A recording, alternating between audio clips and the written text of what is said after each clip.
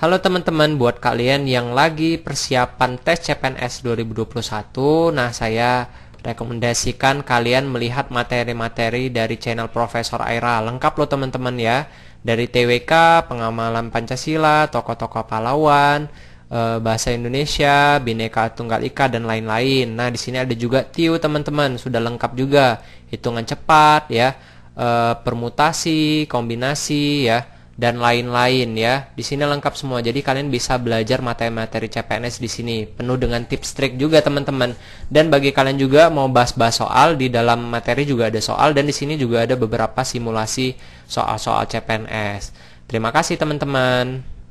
Bismillahirrahmanirrahim. Assalamualaikum warahmatullahi wabarakatuh. Welcome back to Profesor Aira Channel, Kuilah Belajar. Halo teman-teman, apa kabar? Semoga kalian sehat selalu ya. Nah, kali ini kita bahas-bahas soal lagi yuk teman-teman, CPNS 2021 agar persiapan tes CPNS-nya makin matang lagi ya. Nah, kali ini kita akan membahas soal-soal TWK ya teman-teman ya, yang part 2. Nah, mungkin kalau misalnya kalian belum membahas yang part 1, silahkan tonton video saya yang sebelumnya ya. Nah, kali ini saya menyiapkan 30 soal nih teman-teman. Nah, saran saya kalian ikut juga membahas. Jadi kita sama-sama membahas agar kita tahu sejauh mana persiapan kita ya. Jadi kalian kalau bisa kalian periksa sendiri jawaban kalian benar atau salah. Nanti kita totalin benarnya berapa. Kalau kalian mau silahkan ditulis di komen agar kita tahu ya seberapa jauh persiapan kita. Nah, dan apabila mungkin ada salah ataupun menurut kalian jawaban saya salah, silahkan ditulis di komen juga ya teman-teman, biar kita diskusi bersama. Nah, langsung saja kita ke soalnya, tapi sebelum itu kalian bisa membantu kami dengan cara like, comment, share, dan subscribe channel ini ya, kan gratis ya teman-teman ya. Terima kasih ya teman-teman. Langsung saja ke soal. Soal pertama, Pancasila sebagai dasar negara pada hakikatnya telah menjadikan bangsa Indonesia berpancasila dalam 3 prakara atau 3 asas, yaitu A. Ketuhanan kemanusiaan persatuan, B. Kemanusiaan persatuan kerakyatan, C. Persatuan kerakyatan keadilan, D. Kerakyatan keadilan kebudayaan, atau E. Kebudayaan religius kenegaraan. Yang mana teman-teman jawabannya? Nah, kalau misalnya saya kecepatan, silakan di pause ya teman-teman ya, biar kalian baca sendiri. Sudah? Oke, jawabannya adalah E ya teman-teman ya, kebudayaan, religius, dan kenegaraan. Nah, asas kebudayaan secara yuridis, Pancasila telah dimiliki oleh bangsa Indonesia dalam hal adat istiadat dan kebudayaan. Nah, kalau asas religius, toleransi beragama yang didasari pada nilai-nilai religius telah mengakar kuat dalam kehidupan sehari-hari masyarakat Indonesia. Nah, asas kenegaraan, karena Pancasila merupakan jati diri bangsa dan disahkan menjadi dasar negara, maka secara langsung bangsa Indonesia berpancasila sebagai asas kenegaraan. Jadi jawabannya E ya teman-teman ya. Lanjut soal nomor 2. Pancasila sebagai suatu ideologi tidak bersifat kaku dan tertutup, namun bersifat reformatif, dinamis, dan terbuka. Hal ini dimaksudkan bahwa ideologi Pancasila adalah bersifat A. Aktual, statis, dan antisipatif, B. Aktual, dinamis, dan antisipatif, C. Faktual, statis, dan pragmatis, D. Faktual, dinamis, dan preventif, atau E. Aktual, statis, dan responsif. Yang mana teman-teman jawabannya? Sudah dapat? Ya, jawabannya adalah B ya teman-teman ya, aktual, dinamis, dan antisipatif. Nah, ideologi Pancasila bersifat aktual, dinamis, antisipatif, dan senantiasa mampu menyesuaikan dengan perkembangan zaman, ilmu pengetahuan dan teknologi, serta dinamika perkembangan aspirasi masyarakat. Keterbukaan ideologi Pancasila bukan berarti mengubah nilai-nilai dasar yang terkandung di dalamnya, namun mengeksplisitkan wawasan secara lebih konkret sehingga memiliki kemampuan yang reformatif untuk memecahkan masalah-masalah aktual yang selalu berkembang. Jadi jawabannya adalah B ya teman-teman ya. Lanjut. Soal nomor 3. Ideologi Pancasila berdasar pada hakikat sifat kodrat manusia sebagai makhluk individu dan makhluk sosial. Oleh karena itu, ideologi Pancasila mengakui kebebasan hak-hak masyarakat. Kebebasan manusia dalam rangka demokrasi tidak melampaui hakikat nilai-nilai A. Ketuhanan, B. Kemanusiaan, C. Persatuan, D. Kerakyatan, atau E. Keadilan. Yang mana teman-teman jawabannya? Ya, jawabannya adalah A. Ketuhanan ya teman-teman ya. Nah, manusia menurut Pancasila memiliki kodrat sebagai makhluk pribadi dan sebagai makhluk Tuhan yang Maha Esa, sehingga nilai-nilai ketuhanan senantiasa menjiwai kehidupan manusia dalam hidup bernegara dan bermasyarakat. Nah, kebebasan manusia dalam rangka demokrasi tidak melampaui hakikat nilai-nilai ketuhanan. Bahkan nilai ketuhanan terjelma dalam bentuk moral dalam ekspresi kebebasan manusia. Jadi jawabannya adalah A ya teman-teman ya. Lanjut. Dalam kitab Sutasoma, istilah Pancasila diartikan sebagai pelaksanaan kesusilaan yang kelima atau Pancasila Krama, yang isinya sebagai berikut, kecuali tidak boleh melakukan kekerasan, tidak boleh mencuri, tidak boleh berbohong, tidak boleh marah, tidak boleh mabuk minuman keras. Yang mana teman-teman jawabannya? Ya udah nampak ya teman-temannya, jawabannya D ya teman-teman ya. Istilah Pancasila dalam kitab Sutasoma karya Mpu Tantular. Dalam buku itu terdapat istilah Pancasila yang diartikan sebagai pelaksanaan kesusilaan yang 5 atau Pancasila Krama, yaitu tidak boleh melakukan kekerasan, tidak boleh mencuri, tidak boleh berwatak dengki. Nah, ini satu lagi teman-teman. Tidak boleh berbohong dan tidak boleh mabuk minuman keras ya teman-teman ya. Nah, ingat teman-teman, semua pembahasan di soal-soal ini kalau bisa kalian catat atau kalian ingat ya teman-teman ya, karena soal bisa jadi berubah-ubah ya teman-teman ya CPNS. Jadi mungkin saja yang ditanya misalnya siapa penemu ini Pancasila Krama ini atau apakah. Jadi saran saya sekalian kita belajar ya teman-teman ya. Lanjut. Soal nomor 5, Laila adalah seorang mahasiswi kedokteran yang berprestasi, sehingga dia ditawarkan untuk bekerja di luar negeri. Tetapi Laila lebih memilih untuk bekerja di wilayah terpencil di Indonesia, karena dia tahu bahwa wilayah-wilayah terpencil di Indonesia lebih membutuhkannya. Sikap Laila sesuai dengan Pancasila. Nah ini teman-teman, tahun 2019 banyak banget ya soal-soal pengamalan Pancasila ya. Jadi di sini mungkin saya akan memberikan beberapa, ada banyak ya, 4 atau 3 soal ya. Oke, kita bahas yang nomor 5 dulu. A, B, C, D, atau E. 5, 4, 3, 2, atau 1 ya teman-teman. Yang mana jawabannya? Ya, jawabannya adalah C ya teman-teman ya, sila ketiga. Nah, kita lihat di sini Laila adalah seorang mahasiswa. Dia rela berkorban teman-teman.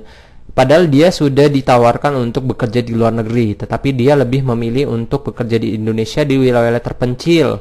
Nah, dia memilih kepentingan bersama ya teman-teman ya, dibandingkan kepentingan pribadi dan golongan. Nah, itulah dia rela berkorban untuk negeri, cinta tanah air.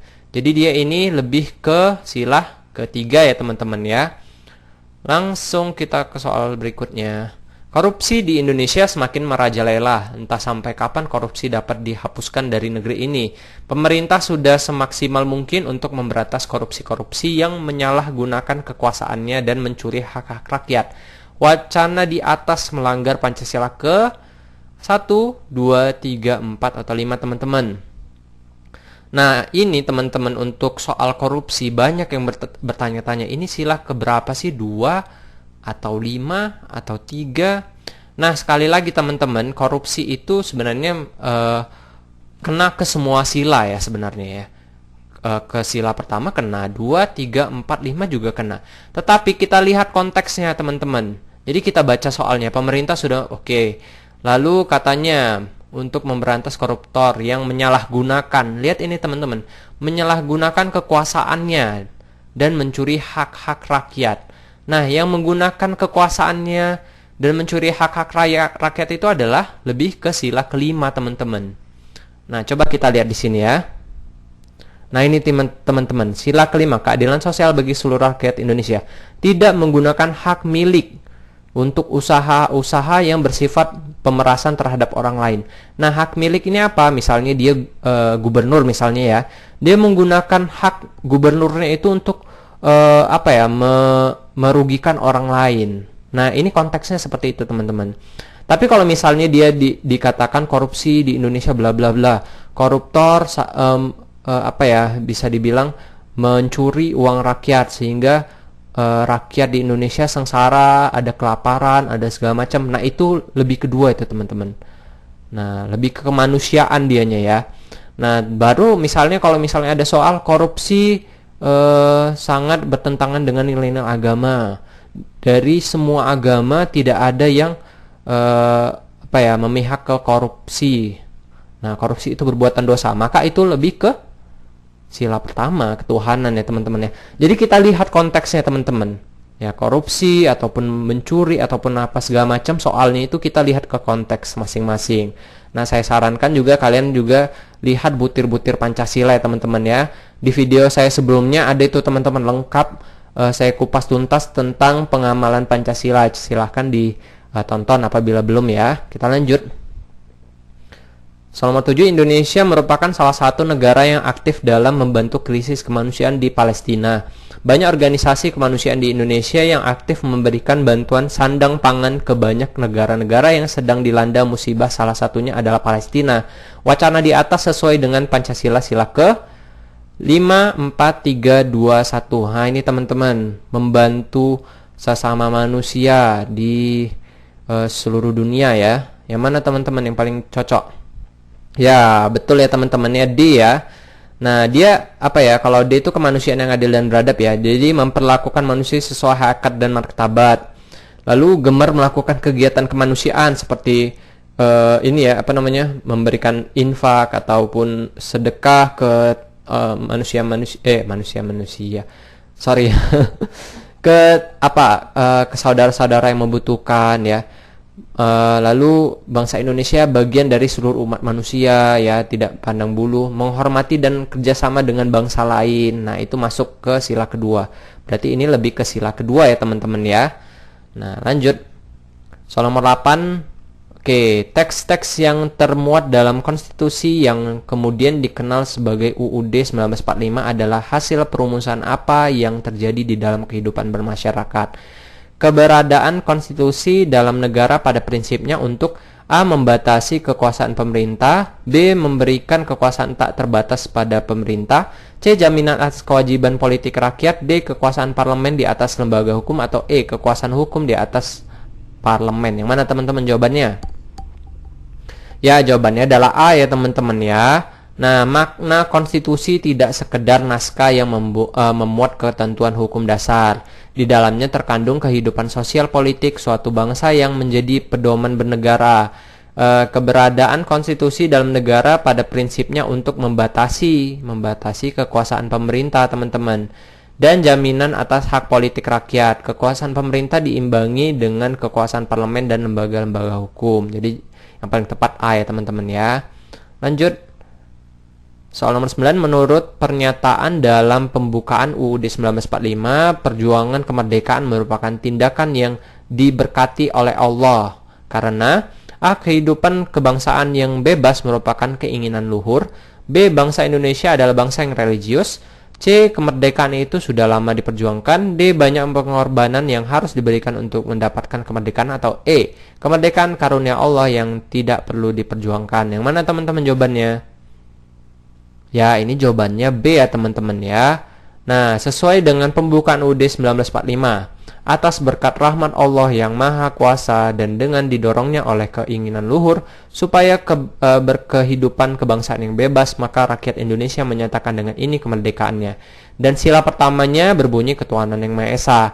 Berarti seluruh warga negara wajib mempunyai agama atau keyakinan dalam rangka menyadari akan Tuhan yang Maha Esa. Dapat disimpulkan bahwa bangsa Indonesia adalah bangsa yang religius, teman-teman ya. Jadi yang paling tepat adalah B.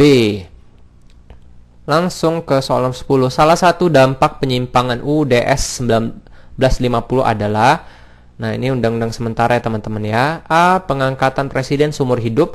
B. sistem demokrasi yang dijalankan bersifat feodalisme. C. terjadinya instabilitas nasional akibat dari sering berganti-ganti kabinet. D. pemerintahan parlementer tidak sesuai dengan semangat UUD 1945. Atau E. bermunculnya korupsi, kolusi, dan nepotisme. Yang mana teman-teman jawabannya? Ya, jawabannya C ya, terjadi instabilitas nasional akibat dari sering berganti-ganti kabinet. Nah, penyimpangan terjadi UUD 1950 ya, dengan ditetapkannya demokrasi liberal ditafsirkan sebagai kebebasan mutlak bagi setiap individu dan partai politik sehingga timbulnya persaingan tidak sehat yang mengancam persatuan dan kesatuan bangsa. Ini yang pertama ya teman-teman ya, kalian ingat. Lalu yang kedua, terjadi instabilitas nasional akibat dari sering berganti-gantinya kabinet. Nah, sehingga program-program yang telah disusun sebelumnya tidak berjalan. Jadi C ya teman-teman jawabannya ya. Oke, lanjut soal nomor 11. Setiap warga negara berhak dan wajib ikut serta dalam usaha pertahanan dan keamanan negara. Dalam UUD 1945 hal tersebut tercantum pada pasal. Nah, ini UUD teman-teman. Nah, saya dulu ini ya teman-teman ya, menghafal semua di UUD 1945 teman-teman, perlu 1 bulan. Tapi ada katanya yang cukup 1 minggu, itu luar biasa sekali ya. Kalau saya 1 bulan. Nah, dan manfaat kita menghafal UUD 1945 itu teman-teman banyak sekali teman-teman ya. Nah, jadi saya sarankan sambil kita baca-baca kita hafalkan juga. Apa teman-teman jawabannya? Ya, A ya teman-teman ya jawabannya ya. Nah, coba kita lihat. Pasal 30 itu di bab 12 ya, pertahanan keamanan negara. Kalau pasal 1 itu setiap warga negara wajib ikut menjaga pertahanan dan keamanan negara. Lalu yang pasal 2, usaha pertahanan dilakukan melalui sistem pertahanan semesta kalau nggak salah ya. Yang ketiga TNI ya, keempat Polri, dan 5 susunan TNI dan Polri ya diatur dalam UU. Nah, ini teman-teman ada di rangkuman TWK.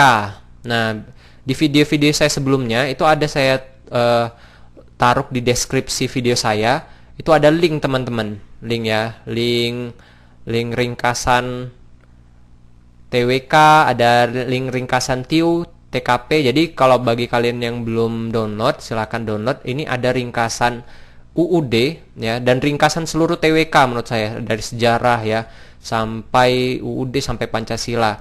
Nah, itu sangat bermanfaat sekali teman-teman kalau kalian lagi mungkin kerja sibuk ya, bisanya lihat HP. Nah, di ringkasan itu jadi sambil kalian misalnya waktu senggang kalian bisa baca-baca sedikit, karena dia metode mind map ya teman-teman ya, jadi mudah dihafal. Nah, ini saya menghafalnya lewat sini teman-teman. Jadi UUD-nya itu disingkat intisarinya aja. Jadi pasal 30 ayat 1 kan sebenarnya panjang banget ya teman-teman ya kata-katanya. Tetapi ini intisarinya aja. Setiap warga negara wajib ikut menjaga pertahanan dan keamanan negara. Jadi kita lebih cepat menghafalnya. Nah, saran saya kalian download ya di video saya sebelumnya. Kayaknya di sini di video yang baru-baru ini tidak saya taruh lagi linknya ya teman-teman, karena deskripsinya panjang banget. Jadi di video-video saya sebelumnya atau di video saya yang tips trik dan sharing pengalaman CPNS 2019. Nah, itu ada itu linknya. Silahkan kalian cek kalau belum di-download ya. Lanjut, soal nomor 12. Pada amandemen pertama, pasal yang diubah adalah A, B, C, D, atau E teman-teman. Nah, ini kan amandemen ada 4 ya. Ini yang pertama teman-teman. Yang mana? Pasal-pasal berapa aja? Sudah dapat jawabannya? Ini memang susah dihafal, saya sendiri agak kebingungan dulu ya menghafalnya. Tapi alhamdulillahnya saya kemarin tidak dapat soal seperti ini. Jawabannya A ya teman-teman ya. Nah, UUD 1945 diamandemen sebanyak 4 kali ya, dengan pengubahan sebagai berikut. Nah, ini kalian screenshot aja untuk kalian ingat-ingat ya. Kemarin saya sempat juga saya hafal ini, tapi memang susah sih ngafalnya. Nah, ini dia pasal-pasalnya. Oke, jadi jawabannya adalah A ya teman-teman ya. Nah, ini 5, 7, 9, 13, 14, 15, 17, 20, 21. Oke, lanjut. Soal nomor 13, ciri-ciri negara berdasarkan hukum dalam arti material nih kayaknya adalah sebagai berikut, kecuali A. Negara melindungi seluruh warga dan seluruh tumpah darah. B. Adanya pembagian kekuasaan dalam negara. C. Diakuinya HAM dan dituangkannya dalam konstitusi dan peraturan perundang-undangan. D. Adanya dasar hukum bagi kekuasaan pemerintahan. Atau E. Adanya peradilan yang bebas dan merdeka serta tidak memihak. Yang mana teman-teman jawabannya? Ya, jawabannya adalah A ya teman-teman ya. Ini tidak termasuk dia masuk ke formil ya.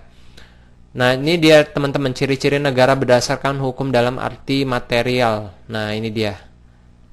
Nah, kalian baca sendiri ya, atau saya bacakan ya. Pertama, adanya pembagian kekuasaan dalam negara. Nih, nampak ya material dia ya. Diakuinya hak asasi manusia dan dituangkannya dalam konstitusi dan peraturan perundang-undangan.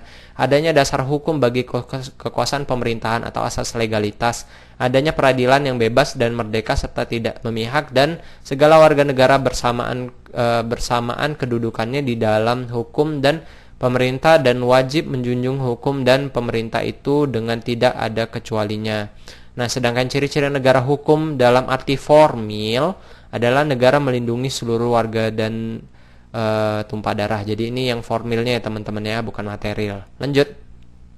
Soal nomor 14, gubernur, deputi gubernur senior dan deputi gubernur Bank Indonesia diangkat oleh presiden dengan persetujuan A. Menteri Perekonomian, B. DPR, C. KPK, D. Mahkamah Agung, atau E. Mahkamah Konstitusi. Yang mana teman-teman? Ya, jawabannya adalah DPR ya teman-teman ya. Nah, ini untuk nambah-nambah pengetahuan aja. Bank Indonesia diatur oleh UU nomor 3 tahun 2004 tentang perubahan atas UU nomor 23 tahun 1999 tentang Bank Indonesia. Gubernur, deputi gubernur senior, dan deputi gubernur Bank Indonesia diusulkan dan diangkat oleh Presiden dengan persetujuan DPR. Dewan Gubernur diangkat untuk masa jabatan 5 tahun dan dapat diangkat kembali untuk 1 kali masa jabatan. Jawabannya adalah B ya teman-teman ya. Lanjut, soal nomor 15.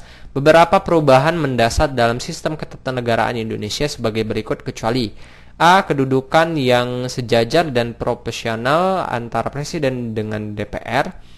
B. Masa jabatan presiden diatur dengan tegas. C. Dilaksanakannya otonomi daerah. D. Setiap warga negara berhak mengajukan protes atau kritik. Atau E. Menyelenggarakan pemilu oleh lembaga non-pemerintah yang netral dan mandiri. Nah, ini yang kecuali ya teman-teman ya. Yang mana teman-teman jawabannya? Ya, jawabannya adalah D ya teman-teman ya. Setiap warga negara berhak mengajukan protes atau kritik. Nah, ini beberapa perubahan mendasar dalam sistem ketatanegaraan Indonesia ya teman-teman ya. Nah, ini dia yang 4 option tadi.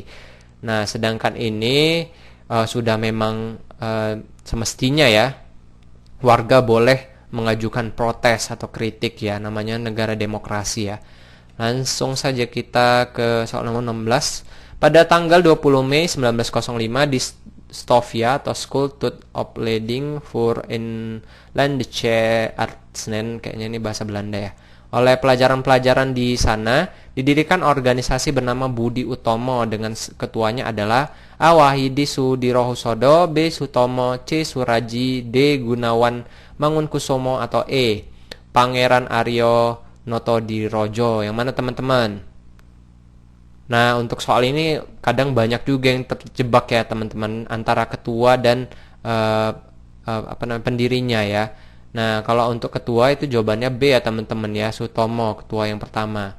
Nah, ini sejarahnya teman-teman. Sejak tahun 1906, Wahidin Sudirohusodo melakukan perjalanan berkeliling Pulau Jawa untuk mempropagandakan cita-citanya. Ia yang didampingi Pangeran Aryonoto Dirojo, putra Paku Alam V, mula-mula mendekati para priayi yang lebih tua dan lebih tinggi, khususnya bupati yang kaya dan berpengaruh. Pada akhir tahun 1907, dalam perjalanannya yang jauh, ia berhenti dan beristirahat di Jakarta. Ketika berada di Jakarta, ia diundang Sutomo dan Suraji ke Stovia ya, untuk mendengarkan gagasannya. Demikianlah pada tanggal 20 Mei 1908 di Stovia oleh pelajar-pelajar di sana didirikan organisasi bernama Budi Utomo. Ia dan Sutomo ditunjuk sebagai ketua. Nah, sebagai informasi, setahu saya yang pendirinya adalah Wahidin Sudirohusodo ya, tetapi ketuanya adalah Sutomo. Ingat aja, Budi Utomo, Sutomo. Nah, Sutomo itu ketua pertamanya ya. Lanjut, soal nomor 17, perkembangan Perhimpunan Indonesia menjadi organisasi politik terutama merupakan hasil usaha A. Sutomo, B. Iwakusuma Sumantri, C. Nazir Datuk Pamuncak, D. Muhammad Hatta, atau E. Sukiman Wiryo Sanjoyo. Yang mana teman-teman jawabannya? Ya, jawabannya Muhammad Hatta ya teman-teman ya. Nah, perkembangan Perhimpunan Indonesia menjadi organisasi politik terutama merupakan hasil usaha Muhammad Hatta. Jadi ingat aja Muhammad Hatta itu PPI ya teman-teman ya, Perkembangan Perhimpunan Indonesia. Perhimpunan Indonesia ya, PI, sorry. Kegiatan Perhimpunan Indonesia diarahkan untuk mencapai 3 tujuan. Pertama, menyadarkan mahasiswa agar semakin percaya merasa diri sebagai orang Indonesia. Kedua, Perhimpunan Indonesia harus berusaha menghapuskan gambaran tentang Indonesia yang diciptakan oleh pemerintah Belanda. Dan yang ketiga, yang terpenting adalah mereka harus mengembangkan ideologi yang kuat dan bebas dari pembatasan-pembatasan Islam dan komunisme. Ini teman-teman dari Muhammad Hatta, yaitu Perhimpunan Indonesia ya. Lanjut, soal nomor 18, BPUPKI membentuk panitia kecil yang disebut panitia 9. Berikut yang bukan anggota panitia 9 adalah, nah ini juga kemarin saya hafal ya teman-teman ya. Nah, yang mana teman-teman jawabannya? A. Maramis, B. Supomo, C. Mohyamin, D. Ahmad Subarjo, atau E. Abi Kusno. Nah, tokoh-tokoh di 2019, CPNS 2019 ada juga teman-teman tokoh-tokoh pahlawan ya. Nah, di video saya sebelumnya juga ada sih saya bahas-bahas tokoh-tokoh pahlawan. Nah, ini yang mana teman-teman jawabannya? Ya, B ya teman-teman ya, Supomo. Nah, Supomo ini tidak termasuk ya teman-teman ya. Yang bukan ya teman-teman ya. Supomo adalah seorang pahlawan nasional Indonesia. Supomo dikenal sebagai arsitek Undang-Undang Dasar 1945 bersama dengan Muhammad Yamin dan Soekarno. Sedangkan panitia 9 ini, nah kalian ingat nih, IR Soekarno itu ketuanya, Muhammad Hatta wakil ketua, Mr. Ahmad Subarjo ya, Mr. Muhammad Yamin, Haji Wahid Hasjim ya, Abdul Kahar Muzakir, Abi Kusno Cokro Sujono, Haji Agus Salim, dan Mr. Alexander Andreas Maramis ya teman-teman. Jadi jawabannya adalah B ya, yang bukan. Lanjut, PPKI melaksanakan sidang 1 pada 18 Agustus 1945 dan dihadiri 27 orang yang dipimpin Soekarno dan Hatta. Hasil keputusan sidang tersebut adalah A. Mengesahkan dan menetapkan UUD Republik Indonesia, B. Menetapkan 12 kementerian sebagai pembantu presiden, C. Menetapkan wilayah Indonesia menjadi 8 provinsi, D. Pembentukan tentara kebangsaan, atau E. Pembentukan Komite Nasional Indonesia. Yang mana teman-teman jawabannya? Ya, jawabannya adalah A ya, mengesahkan dan menetapkan UUD Republik Indonesia. Hasil keputusan sidang 1 PPKI, ini sidang yang pertama ya. Yang pertama mengesahkan dan menetapkan UUD ya, UUD RI. Lalu memilih IR Soekarno dan Hatta sebagai presiden dan wakil presiden, dan rencana pembentukan Komite Nasional Indonesia yang akan membantu tugas presiden ya teman-teman ya. Lanjut, teman-teman maaf, ini rencana masih ya teman-teman ya, jangan salah sangka, ini rencana masih belum dibentuk tapi rencana. Jadi yang paling tepat adalah A ya teman-teman ya, bukan E ya. Lanjut, soal nomor 20. Sebelum terjadinya peristiwa Rengas Dengklok, terjadi perbedaan pendapat antara kelompok pejuang senior dengan kelompok pemuda. Kelompok pejuang senior berpendapat bahwa A. Proklamasi kemerdekaan harus dilaksanakan secara secepat mungkin tanpa menunggu rapat PPKI yang dibentuk Jepang. B. Proklamasi kemerdekaan harus dipersiapkan secara matang dan harus dibicarakan dalam rapat PPKI. C. Proklamasi dapat dilakukan jika keadaan sudah kondusif. D. Proklamasi harus menunggu hasil perang Jepang dan Amerika Serikat. E. Tidak dapat dilakukan proklamasi dengan tergesa-gesa karena akan membahayakan. Yang mana teman-teman? Jawabannya? Ya, jawabannya adalah B ya teman-teman. Proklamasi kemerdekaan harus dipersiapkan secara matang dan harus dibicarakan dalam rapat PPKI. Itu menurut yang senior ya teman-teman ya. Nah, ini dia teman-teman. Kelompok pejuang senior itu IR Soekarno dan Muhammad Hatta berpendapat proklamasi kemerdekaan harus dipersiapkan secara matang dan harus dibicarakan dalam rapat PPKI. Tetapi kelompok pejuang yang bawah tanah yang dipimpin oleh Sultan Syahrir dan kelompok pemuda yang dipimpin oleh Hairul Saleh berpendapat kalau proklamasi kemerdekaan harus dilaksanakan secepatnya tanpa menunggu rapat PPKI yang dibentuk oleh Jepang. Jadi jawabannya adalah B ya teman-teman ya.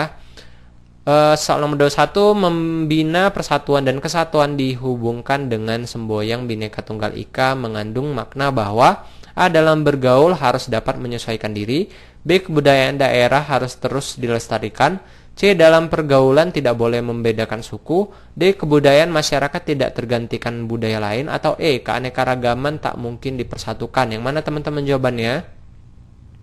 Ya, jawabannya adalah C ya teman-teman ya. Dalam pergaulan tidak boleh membedakan suku. Namanya juga Bhinneka Tunggal Ika ya. Nah, secara harfiah Bhinneka Tunggal Ika diterjemahkan beraneka satu itu, yang bermakna meskipun berbeda-beda tetapi pada hakikatnya bangsa Indonesia tetap adalah satu kesatuan. Semboyan ini digunakan untuk menggambarkan persatuan dan kesatuan bangsa dan negara kesatuan Republik Indonesia yang terdiri atas beraneka ragam budaya, bahasa daerah, ras, suku, bangsa, agama, dan kepercayaan, sehingga dalam membina persatuan dan kesatuan dalam pergaulan tidak boleh membedakan suku. Jadi jawabannya C. Oke, lanjut soal nomor 22. Sumpah Pemuda sebagai hasil Kongres Pemuda yang diselenggarakan oleh organisasi-organisasi kedaerahan yang sudah memiliki semangat nasionalisme untuk mencapai Indonesia merdeka. Isi Sumpah Pemuda butir kedua adalah, butir kedua nih teman-teman, Sumpah Pemuda. A. Kami putra-putri Indonesia mengaku berbahasa satu, bahasa Indonesia. B. Kami putra-putri Indonesia menjunjung tinggi bahasa persatuan bahasa Indonesia. C. Kami putra-putri Indonesia mengaku bertumpah darah satu, tanah air Indonesia. D. Kami putra-putri Indonesia mengaku berbahasa satu, bangsa Indonesia. Atau E. Kami putra-putri Indonesia menjunjung tinggi tanah air Indonesia. Yang mana teman-teman jawabannya? Ya, jawaban yang paling tepat adalah C ya teman-teman ya. Nah, ini dia Sumpah Pemuda ya. Sumpah Pemuda sebagai hasil Kongres Pemuda yang diselenggarakan oleh organisasi-organisasi kedaerahan yang sudah memiliki semangat nasionalisme untuk mencapai Indonesia merdeka. Isi Sumpah Pemuda yang merupakan hasil keputusan Kongres kedua pada tanggal 28 Oktober 1928 ya teman-teman ya. Ini ingat juga tanggalnya. Berisi yang pertama, kami putra-putri Indonesia mengaku berbangsa satu, bangsa Indonesia. Yang pertama ini ya teman-teman ya. Yang kedua, kami putra-putri Indonesia mengaku bertumpah darah satu, tanah air Indonesia. C ya teman-teman ya. Dan yang ketiga, kami putra-putri Indonesia menjunjung tinggi bahasa persatuan, bahasa Indonesia. Jadi pertama bangsa, bertumpah darah, lalu bahasa persatuan ya teman-teman ya, itu dia. Lanjut soal nomor 23. Sikap penghormatan dan keberagaman bangsa adalah sebagai berikut kecuali. A. Adanya kesadaran untuk menjaga keharmonisan keluarga. B. Penyelesaian permasalahan yang ada dengan musyawarah. C. Adanya kesadaran untuk mengutamakan kepentingan bersama di atas kepentingan pribadi. D. Terciptanya kerukunan seperti halnya dalam keluarga. Atau E. Adanya semangat tolong-menolong, kerjasama untuk menyelesaikan suatu masalah, dan kerjasama dalam memenuhi kebutuhan hidup. Nih teman-teman, sikap menghormati dan keberagaman bangsa. Yang mana nih teman-teman? Kecuali. Yang kecuali ya. Ya, jawabannya adalah A ya teman-teman ya. Adanya kesadaran untuk menjaga keharmonisan keluarga. Nah, ini kan keberagaman bangsa ya teman-teman ya. Jadi yang nggak cocok ini yang kecuali yang A, karena keluarga tidak masuk ya teman-teman ya. Nah, adanya kesadaran untuk menjaga keharmonisan keluarga bukan merupakan contoh sikap menghormati dan keberagaman bangsa ya teman-teman ya. Nah, yang ini cocok ini teman-teman, menyelesaikan permasalahan dengan musyawarah, adanya kesadaran untuk mengutamakan kepentingan bersama ya. Lalu terciptanya kerukunan ya, kerukunan di masyarakat ya. Seperti halnya keluarga, bukan di keluarga tetapi di masyarakat ya, tetapi seperti halnya dalam keluarga seperti itu. Dan adanya semangat tolong-menolong, kerjasama, dan lain-lain. Langsung soal nomor 24. Menteri Kelautan dan Perikanan Susi Puji Astuti melakukan penenggelaman terhadap kapal-kapal negara asing yang berusaha mencuri ikan di perairan negara Indonesia. Hal tersebut merupakan ini soal sila ya teman-teman ya, pengalaman sila ya. Pengalaman sila. Nah, mana teman-teman jawabannya? Sila kedua. Ini sila pertama, kedua, ketiga, keempat, kelima ya nih teman-teman ya. Salah ketik nih. Ini keempat nih. Ini pertama. Yang mana teman-teman jawabannya? Ya, jawaban yang paling tepat adalah C ya teman-teman ya, sila ketiga. Nah, dalam tinjauan Pancasila, tindakan penenggelaman tersebut bertujuan untuk menyelamatkan sumber daya alam yang dimiliki oleh Indonesia dari pihak asing, ya kan teman-teman? Nah, hal tersebut menjiwai pengamalan butir sila ketiga dalam Pancasila, yaitu mampu menempatkan persatuan dan kesatuan serta kepentingan dan keselamatan bangsa dan negara sebagai kepentingan bersama di atas kepentingan pribadi dan golongan. Jadi, ini soal tahun 2019 kalau nggak salah ya. Kira-kira seperti ini. Jadi yang paling tepat adalah yang C, sila ketiga ya. Lanjut, nomor 25, pada masa pergerakan nasional, banyak bermunculan organisasi-organisasi yang bertujuan memperjuangkan kemerdekaan Indonesia. Adapun organisasi yang muncul pada pergerakan nasional, salah satunya adalah Sarekat Islam yang sebelumnya bernama Sarekat Dagang Islam. Adapun tokoh yang mengubah nama dari Sarekat Dagang Islam menjadi Sarekat Islam adalah A. Kiai Haji Hashim Asy'ari, B. Kiai Haji Ahmad Dahlan, C. Hosjokroaminoto, D. Haji Saman Hudi, atau E. Haji Agus Salim. Yang mana teman-teman jawabannya? Ya, jawabannya adalah C ya teman-teman ya. Nah, ini teman-teman ingat kalau ini untuk wawasan kalian ya, mana tahu ada soal seperti ini. Kiai Haji Hashim Asy'ari adalah pendiri dari NU ya teman-teman ya, ingat. Kalau Kiai Haji Ahmad Dahlan itu adalah pendiri dari Muhammadiyah. Nah, kalau Hosjokroaminoto adalah tokoh yang mengubah nama Sarekat Dagang Islam menjadi Sarekat Islam. Adapun alasan pengubahan nama tersebut yaitu untuk memperluas ruang lingkup organisasi yang semula hanya bidang ekonomi menjadi ekonomi dan politik, teman-teman. Kalau Haji Samanhudin adalah pendiri dari Sarekat Dagang Islam, teman-teman ya. Kalau Haji Agus Salim salah satu tokoh dalam Panitia 9 yang bertugas dalam perumusan dasar negara. Itu teman-teman. Lanjut soal nomor 26. Berdasarkan 5 kalimat di bawah ini, kalimat yang tidak sesuai dengan ketentuan ejaan bahasa Indonesia yang tepat adalah, nah ini kita masuk ke bahasa Indonesia teman-teman. A. Ismail adalah seorang lulusan sarjana ekonomi.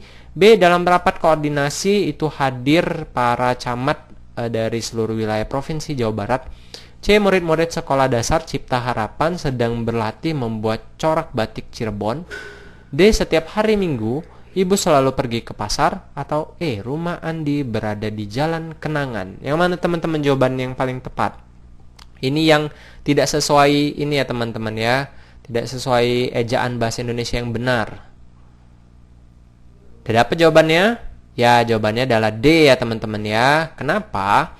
Nah, sesuai dengan Peraturan Menteri Pendidikan dan Kebudayaan Nomor 50 Tahun 2015 tentang Pedoman Umum Ejaan Bahasa Indonesia disebutkan bahwa huruf kapital dipakai sebagai huruf pertama nama tahun, bulan, hari, hari besar atau hari raya. Nah, pada kalimat D, nah ini kita tengok seharusnya huruf awal pada kata hari tidak ditulis kapital. Nah, karena yang harusnya ditulis dengan huruf awal kapital hanya nama harinya saja, itu minggu. Jadi seharusnya ini setiap harinya hanya huruf kecil. Ya teman-teman ya. Oke, itu dia. Lanjut soal nomor 27. Perhatikan kalimat-kalimat berikut ini. 1. Rina membeli obat ke. 2. Mobil membawa pasien ke rumah sakit. 3. Ibu membeli baju berwarna. 4. Ayah mendapatkan dari pimpinannya. Nah, kata baku yang tepat untuk mengisi kalimat-kalimat tersebut yaitu A. Apotik, ambulan, coklat, cenderamata. Nah, ini sama aja sih sebenarnya. Bedanya di tulisannya. Yang mana teman-teman kalimat baku yang tepat? Ini saya dapat ya soal ini ya teman-teman ya, di CPNS tahun 2018 dan 2019. Yang mana teman-teman? Ya, jawabannya adalah B ya teman-teman ya. Nah, ini banyak yang salah ya teman-teman. Apotik dikira pakai IK, padahal apotek ya teman-teman ya. Nah, yang baku itu apotek. Kalau ambulan, nah banyak orang bilang ambulan ya. Termasuk saya barusan tadi. Sebenarnya ambulans pakai S ya teman-teman ya, ingat. Nah, kok coklat ya, banyak orang coklat padahal coklat. Nah, itu banyak orang yang salah ya. Dan cenderamata itu harus ada spasinya ya teman-teman ya. Nah, jadi jawaban yang paling tepat adalah B ya teman-teman ya. Lanjut soal nomor 28. Wah, panjang nih teman-teman. Kita lihat dulu aja soalnya langsung ya. Simpulan teks tersebut yang paling tepat. Nah, kalau simpulan ada tips triknya sih dari saya di video saya sebelumnya. Jadi kita lihat aja dulu yang kalimat awal dan kalimat terakhir ya. Coba kita lihat kalimat awal. Exxon Mobil memiliki komitmen untuk selalu menangani resiko-resiko yang berkaitan dengan keselamatan saat bekerja. Oke, kalau yang terakhir di Exxon Mobil, kesempurnaan dalam masalah keselamatan, kesehatan, dan perlindungan lingkungan merupakan unsur inti yang diutamakan. Oke, kita lihat dulu aja optionnya ya. A. Exxon Mobil sangat peduli terhadap keselamatan kerja karyawan. Oke, kayaknya ini masuk ke dalam sini ya. Keselamatan saat bekerja. B. Exxon Mobil menetapkan 2 langkah untuk mencapai prestasi kerja. Kayaknya ini nggak masuk ya. C. Lingkungan kerja yang aman akan menghasilkan kinerja yang baik. D. Teknologi baru dapat membuat kegiatan di Exxon Mobil lebih aman. Atau E. Motivasi dan partisipasi karya Exxon Mobil harus tinggi. Yang mana teman-teman jawabannya? Nampak sih sebenarnya sudah ya. Ya, jawabannya yang paling tepat adalah A ya teman-teman ya. Nampak dari yang dari option ini, saran saya kalau kesimpulan ataupun apa namanya itu ya? Saya lupa. Gagasan utama ya, gagasan utama kita lihat awal sama akhirnya aja dulu. Nah, baru kita lihat option mana yang kira-kira berkaitan sama kata yang pertama. Nah, kita lihat di sini ya, ini pembahasannya. Simpulan dari teks tersebut dapat dilihat dari kalimat pertama. Exxon Mobil memiliki komitmen untuk selalu menangani resiko-resiko yang berkaitan dengan keselamatan saat bekerja. Nah, itu yang pertama ya teman-teman ya. Topik tersebut yang kemudian dijelaskan oleh kalimat-kalimat berikutnya. Berarti ini topiknya tadi. Setelah itu kalimat-kalimat berikutnya itu menjabarkan ya teman-teman ya dari sini semua. Jadi kesimpulan yang tepat adalah Exxon Mobil sangat peduli terhadap keselamatan kerja karyawan. Ya teman-teman ya. Lanjut soal nomor 9. Waduh panjang teman-teman. Memang kayak gini teman-teman. TWK tahun 2019 juga banyak soal seperti ini. Jadi kayak baca koran ya teman-teman ya. Jadi saran saya kita harus ada triknya. Kita kalau ada soal kayak gini kita lihat dulu pertanyaannya. Pernyataan berikut yang tidak relevan dengan isi teks di atas. Nah, kalau pertanyaan ini teman-teman yang tidak relevan, saran saya kita baca dulu optionnya ya. Pemerintah menjanjikan anggaran pendidikan sebesar 20% dari APBD dan APBN dan APBD. Kita lihat di sini ada ya teman-teman ya kan. Ya kan? Nah, ada kan? Alokasi anggaran pendidikan 20% baru dilakukan oleh 44 kabupaten. Sayangnya baru sekitar 44 kabupaten di Indonesia. Oke. Nah, coba kalian kerjakan dulu lah. Yang saya bacakan ya. Janji pemerintah menempatkan anggaran pendidikan 20%. Kayaknya belum ada ini ya. Pendidikan dan kesehatan merupakan prioritas utama program pemerintah. Nah, ini ada kayaknya nih. Mana nih tadi? Coba yang lain. Realisasi dari 8 prioritas pembangunan sangat mengecewakan. Nah, ini dia. Ini berarti ada ya teman-teman ya. Ini ada. Pendidikan dan kesehatan merupakan prioritas utama program pemerintah. Nah, ini dia teman-teman. Pendidikan dan kesehatan menjadi prioritas pembangunan pemerintah Indonesia. Berarti yang tidak C ya teman-teman ya. Nah, iya teman-teman, C yang enggak ya teman-teman ya. Nah, pernyataan janji pemerintah menetapkan anggaran pendidikan 20% belum ditepati, tidak sesuai dengan isi teks pada soal karena tidak disebutkan janji pemerintah tersebut ditepati atau tidaknya. Itu dia teman-teman ya. Jadi jawaban yang paling tepat C. Jadi saran saya kalau panjang gini kita tengok dulu soalnya ya, baru kalau misalnya dia gagasan utama, lihat kalimat paragraf awal atau kalimat awal dan akhir ya, baru disesuaikan dengan optionnya. Kalau yang relevan ini kita lihat optionnya ada nggak kira-kira di kalimat ini. Nah, itu dia teman-teman trik dari saya sih ya teman-teman ya. Oke, soal nomor 30. Kalimat efektif terdapat pada pernyataan A. Dalam musyawarah itu menghasilkan 5 ketetapan yang harus dilaksanakan bersama. B. Dalam pertemuan itu memutuskan bahwa Andi yang ditunjuk menjadi ketua koperasi. C. Kegagalan proyek itu karena perancangan yang tidak baik dan pengawasan yang kurang cermat. D. Meskipun negara Brasil merupakan penghasil kapas nomor 1 dunia, tetapi harga tekstilnya sangat tinggi. Atau E. Budiman ingin menjadi juara umum di sekolahnya, tetapi ia hanya berhasil menjadi juara ketiga. Yang mana teman-teman kalimat efektif di sini? Ya, jawabannya E ya teman-teman ya. Nah, kenapa? Coba kita lihat pilihan A ya. Nah, pilihan A itu seharusnya kata depan dalam nih, tidak perlu ya. Seharusnya musyawarah itu menghasilkan 5 ketetapan yang harus dilaksanakan bersama. Yang B juga seharusnya kata depan dalam ini tidak ada ya. Lalu yang C, induk kalimat seharusnya proyek itu gagal sehingga tepat diikuti kalimat karena. Nah, karena proyek itu bla bla bla ya. Yang D, konjungsi meskipun dan tetapi seharusnya digunakan salah satunya saja ya teman-teman ya. Meskipun sama tetapi itu sama aja. Nah, jadi kalau bisa dipakai meskipun aja, nggak usah ada tetapi lagi. Jadi jawaban yang paling tepat adalah E ya teman-teman ya. Oke, itu saja soal-soalnya ya. Terima kasih kalian telah menonton video kami. Semoga bermanfaat dan kami doakan semoga kalian sukses CPNS 2021-nya dan lulus, amin.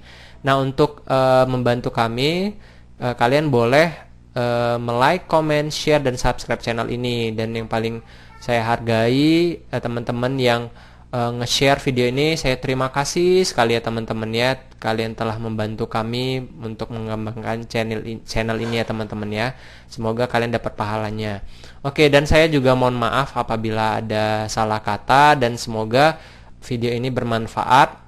Oke, itu saja dari saya. Terima kasih sekali lagi. Assalamualaikum warahmatullahi wabarakatuh.